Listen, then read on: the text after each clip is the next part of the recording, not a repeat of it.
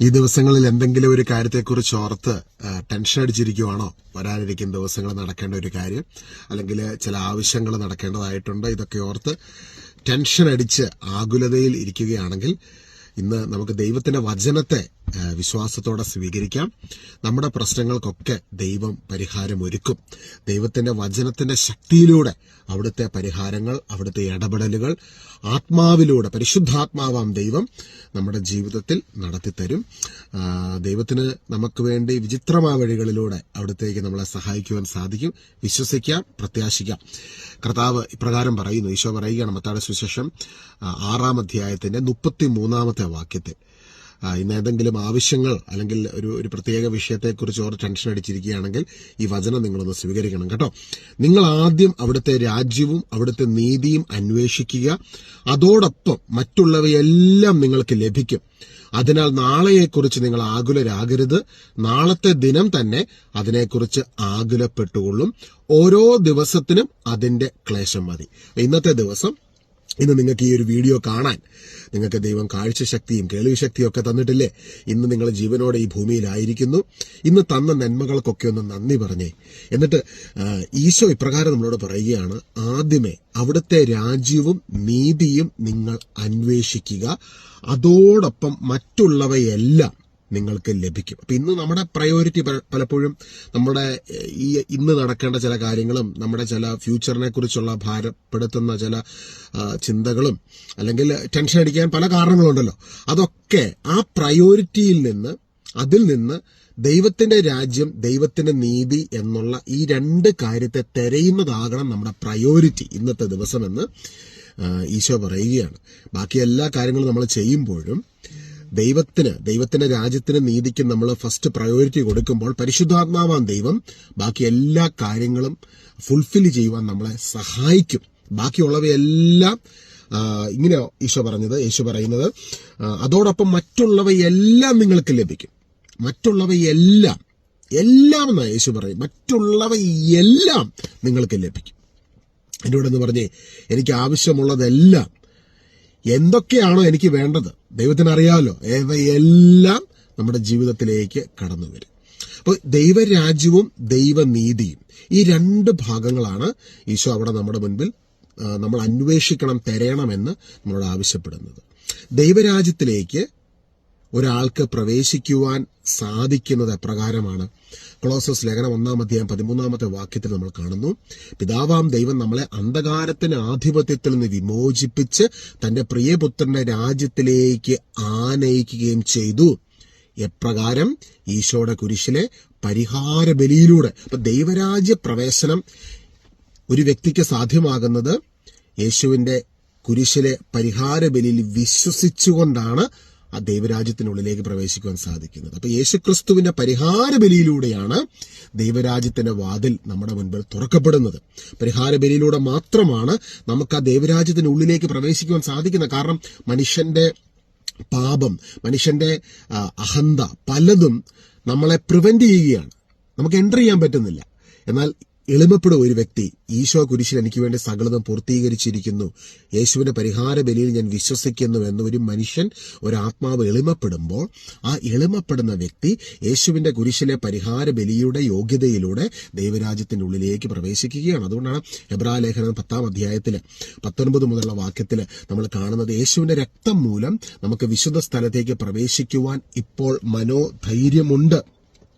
വേറെ ഒരു ക്വാളിഫിക്കേഷനും നമുക്കില്ല.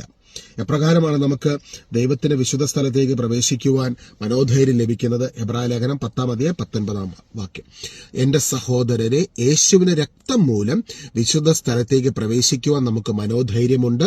എന്തെന്നാൽ തന്റെ ശരീരമാകുന്ന വിരിയിലൂടെ അവൻ നമുക്കായി നവീനവും സജീവവുമായ ഒരു പാത തുറന്നിരിക്കുന്നു. അപ്പൊ ദൈവരാജ്യത്തിന്റെ ഈ പാത യേശു തന്റെ പരിഹാര ബലിയിലൂടെ നമ്മുടെ മുൻപിൽ തുറന്നു തന്നിരിക്കുകയാണ്. ഇതിനെ നമ്മൾ തിരയണം. ഹല്ലേലൂയ.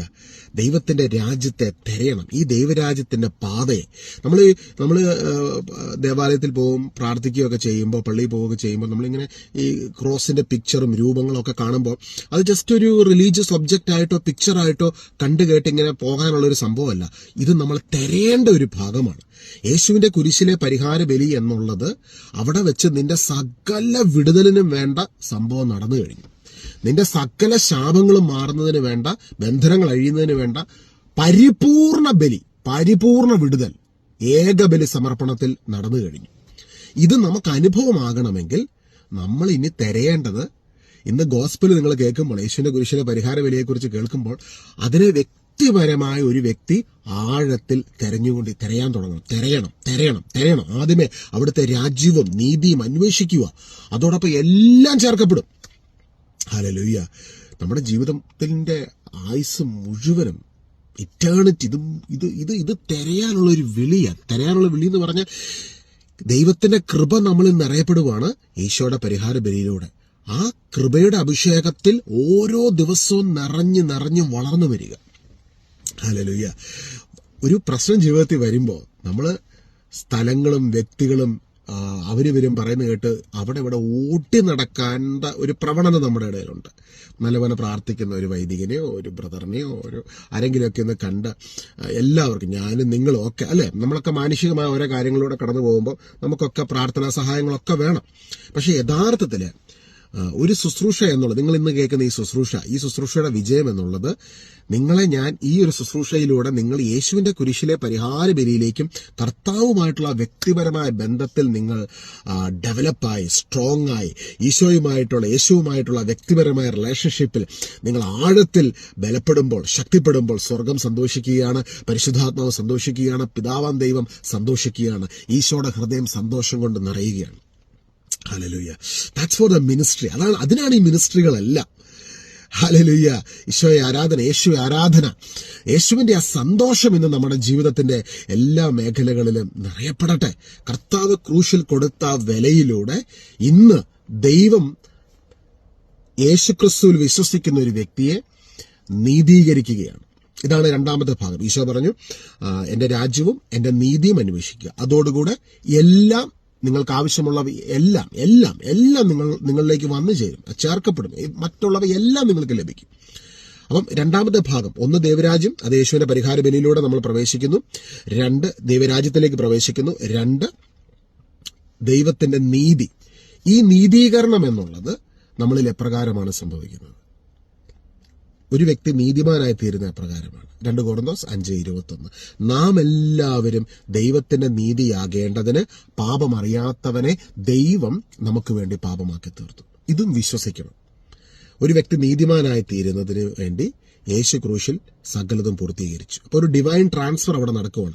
ഇത് യേശുവിന്റെ കുരിശിലെ പരിഹാര ബലിയിൽ വിശ്വസിക്കുമ്പോൾ എന്റെ ശാപങ്ങളും ബന്ധനങ്ങളും പാപങ്ങളും എല്ലാം ഈശോ ഏറ്റെടുത്ത് ഈശോയുടെ നീതീകരണം, ദൈവത്തിന്റെ നീതിമാനായി ഈശോയുടെ സകല നന്മകളും നമ്മളിലേക്ക് ട്രാൻസ്ഫർ ചെയ്ത് തരികയാണ്. ഇതാണ് കർത്താവിന്റെ ഹോളി സാക്രിഫൈസ്, കാൽവരിയിൽ നടന്ന പരിഹാര യാഗത്തിൽ സംഭവിക്കുന്നത്.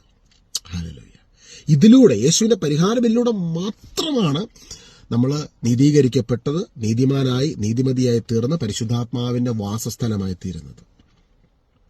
പരിശുദ്ധാത്മാവിന്റെ വാസസ്ഥലമായി തീർന്ന ഒരു വ്യക്തി ഇനി ആത്മാവിന്റെ അഭിഷേകത്തിൽ നിറഞ്ഞ് ഓരോ ദിവസവും ഈശോയുടെ ആ പൂർണ്ണതയിലേക്ക് വളർന്നു വരികയാണ്. അതുകൊണ്ടാണ് 2 കൊരിന്തോസ് 3:18 മുതലുള്ള വാക്യത്തിൽ നമ്മൾ കാണുന്ന കർത്താവ് ആത്മാവാണ്, കർത്താവിന്റെ ആത്മാവുള്ളിടത്ത് സ്വാതന്ത്ര്യമുണ്ട്, നാം എല്ലാവരും മഹത്വത്തിൽ നിന്ന് മഹത്വത്തിലേക്ക് രൂപാന്തരപ്പെട്ടുകൊണ്ടിരിക്കുന്നു. അപ്പോൾ ഓരോ ദിവസവും ക്രിസ്തീയ വിശ്വാസിയുടെ ജീവിതം എന്ന് പറഞ്ഞാൽ പരിശുദ്ധാത്മാവിന്റെ ഈ മഹത്വത്തിൽ നിന്ന് മഹത്വത്തിലേക്ക്, യേശുവിന്റെ ആ ദിവ്യ പൂർണ്ണതയിലേക്ക്, ക്രിസ്തുവിന്റെ പൂർണ്ണതയിലേക്ക് നമ്മളെ പരിശുദ്ധാത്മാവ് ഇങ്ങനെ ട്രാൻസ്ഫോം ചെയ്തുകൊണ്ടിരിക്കുകയാണ്. ഈ ട്രാൻസ്ഫോർമേഷൻ നടത്തുന്ന പരിശുദ്ധാത്മാവാണ്. ഇതിനായിട്ട് നമ്മൾ പരിശുദ്ധാത്മാവിന് വിധേയപ്പെട്ട് പരിശുദ്ധാത്മാവിന് ഇത് നമ്മളിൽ പ്രവർത്തിക്കുവാൻ നമ്മളെ തന്നെ സറണ്ടർ ചെയ്യുക എന്നുള്ളതാണ് നമ്മുടെ ഉത്തരവാദിത്വം. ഹല്ലേലൂയ. യേശുവിന്റെ കുരിശു ബലിയിൽ വിശ്വസിക്കുന്ന ഒരു വ്യക്തിക്ക് പരിശുദ്ധാത്മാവിന്റെ അഭിഷേകം ലഭിക്കുന്ന ആ അഭിഷേകത്തിലാണ് ആ വ്യക്തി വിശുദ്ധ ജീവിതം നയിക്കുവാൻ സാധിക്കുന്നത്. പലപ്പോഴും വിശുദ്ധ ജീവിതം നയിച്ചു കഴിഞ്ഞാൽ പരിശുദ്ധാത്മാവിന്റെ അഭിഷേകം കിട്ടും. അത് പഴയ നിയമത്തിന്റെ ഒരു വ്യൂ പോയിന്റ് ആണ്. പുതിയ നിയമത്തിൽ യേശുവിന്റെ പരിഹാര ബലിയിൽ വിശ്വസിച്ചു കഴിയുമ്പോൾ ആ വിശ്വാസത്തിലൂടെ നീതീകരിക്കപ്പെടുന്ന വ്യക്തിക്ക് പരിശുദ്ധാത്മാവിന്റെ അഭിഷേകം ലഭിക്കുന്നു. ആ അഭിഷേകം സ്വീകരിച്ച വ്യക്തിക്ക് വിശുദ്ധിയിൽ ജീവിക്കുവാൻ സാധിക്കുന്നു. ആ വിശുദ്ധിയിൽ ജീവിക്കുന്നവനാണ് ദൈവത്തെ പ്രീതിപ്പെടുത്തി ഈ ഭൂമിയിൽ നമുക്ക് വേണ്ടി മരിച്ച കർത്താവിനെ പ്രീതിപ്പെടുത്തി ഈ ഭൂമിയിൽ നമുക്ക് കർത്താവിന് പ്രീതിജനകമായ വിധത്തിൽ ജീവിക്കുവാൻ സാധിക്കുന്നത്. അങ്ങനെ ഒരു ജീവിതം നയിക്കേണ്ടതുണ്ട്. കർത്താവിനെ ഇഷ്ടപ്പെടുന്ന, കർത്താവിന്റെ ഹൃദയം മനസ്സിലാക്കി ഈശോയുടെ ഇഷ്ടങ്ങൾ ചെയ്യുന്ന പ്രീതിജനകമായ ഒരു സുവിശേഷത്തിന് സാക്ഷ്യം നൽകിക്കൊണ്ടുള്ള ഒരു ജീവിതം.